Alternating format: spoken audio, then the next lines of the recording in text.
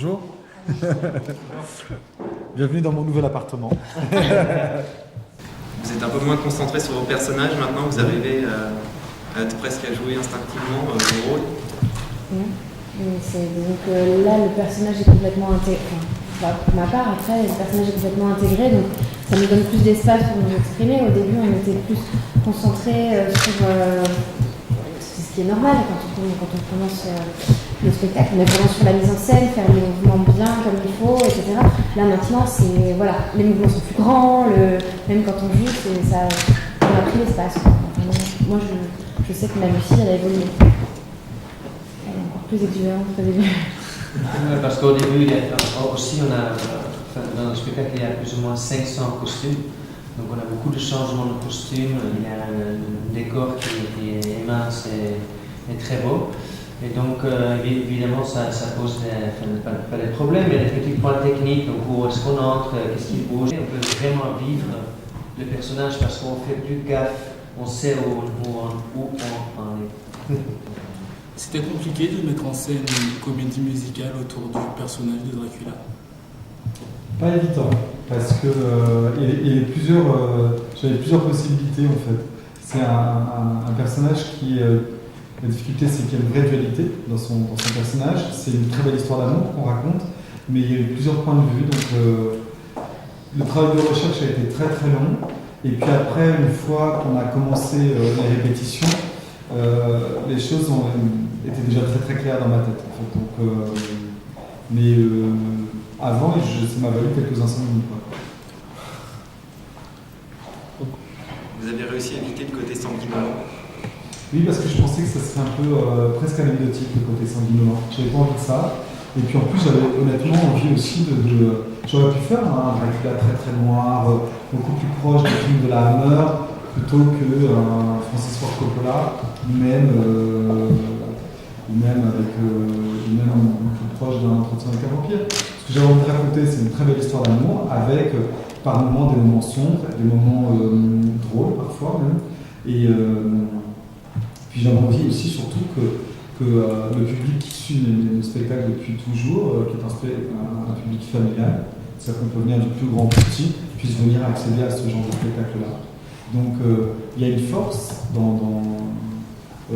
émotionnelle dans ce spectacle, parce que c'est une histoire qui est assez dure.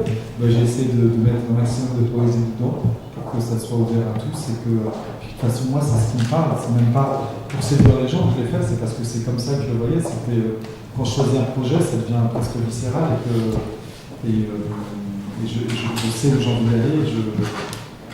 J'aurais pas pu faire autrement que comme je l'ai fait là. Si on m'avait dit, ok pour Dracula, mais il est hors de question que Dracula et Lena soient des danseurs, ou bien que ce soit ceci, ou bien cela, je pense que j'aurais préféré abandonner le bébé et repartir sur carrément autre chose. C'est vrai que c'est un sujet extrêmement compliqué à traiter. Et je ne pouvais pas être, ça ne pouvait pas être à ma mesure. Il fallait que j'aille jusqu'au bout de mes envies. Et donc la danse prend vraiment le pas, même sur le chant? Je pense qu'il y a de l'espace pour tout le monde. Moi, j'ai 50 artistes sur scène sur le plateau. Il y a des artistes chanteurs, danseurs, artistes de cirque, musiciens, comédiens. Et je pense que chacun a besoin de l'autre. Et d'ailleurs, à part Golan qui lui, ne parle pas, les chanteurs jouent la comédie, dansent, ils font un peu de tout. Florent fait des vols, un vol au-dessus du public. Voilà, c'est vraiment, tout à l'heure il parlait de l'évolution du spectacle. Je pense qu'il y a un truc qu'ils ont oublié de dire, c'est qu'ils apprennent aussi à se connaître et d'être dans l'échange. Et on sent que c'est une troupe qui se sent bien ensemble. Et donc du coup ça se transmet sur scène, ce qui se transmet au public. Et c'est vrai que rien qu'avec un regard, avec des échanges, et on voit plus loin, il y a des vraies émotions. Que au début, ils ont la chance maintenant de zapper la technique pour mettre au profit le sentiment et puis faire évoluer le personnage. Vous sentez maintenant qu'il y a un vrai échange avec le public? Oui, une interactivité? Il y a toujours eu l'échange avec le public.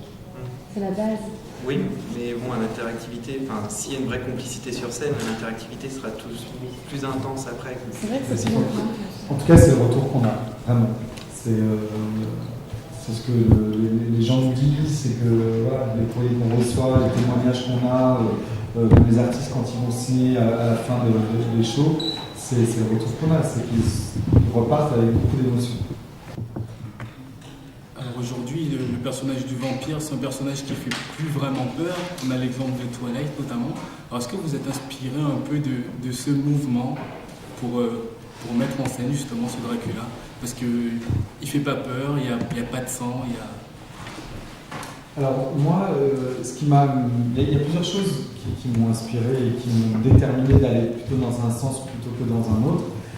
J'ai eu la chance de voir 2 sublimes expositions, celle de Soulage, qui met de la lumière dans le noir, et avec, je trouve que voilà, ces tableaux, c'est une vraie poésie, et les installations de Armand, et où lui, c'est très noir, baroque, il joue même avec il a calciné des éléments de la vie de tous les jours, et il en fait des œuvres d'art.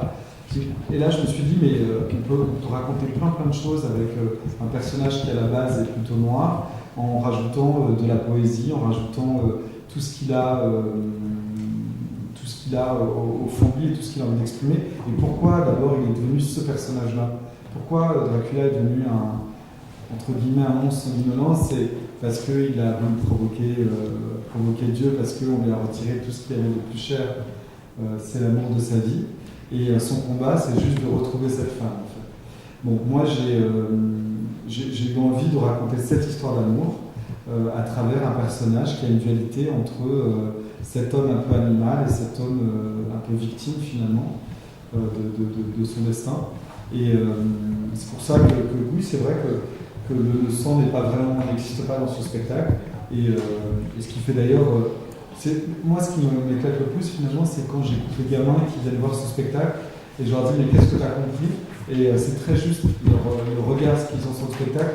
Et j'adore parce qu'ils repartent avec la banane et j'ai envie de ça. Surtout en ce moment de crise, je crois qu'on a tous envie de ça. D'ailleurs, il faut savoir que les vampires sont toujours à la mode en période de crise. Ils reviennent toujours à la mode en période de crise.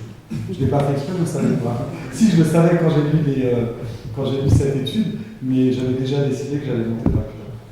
Donc peut-être qu'inconsciemment, j'ai aussi inspiré comme les autres personnes qui eux aussi sont attirées par les vampires et une envie d'éternel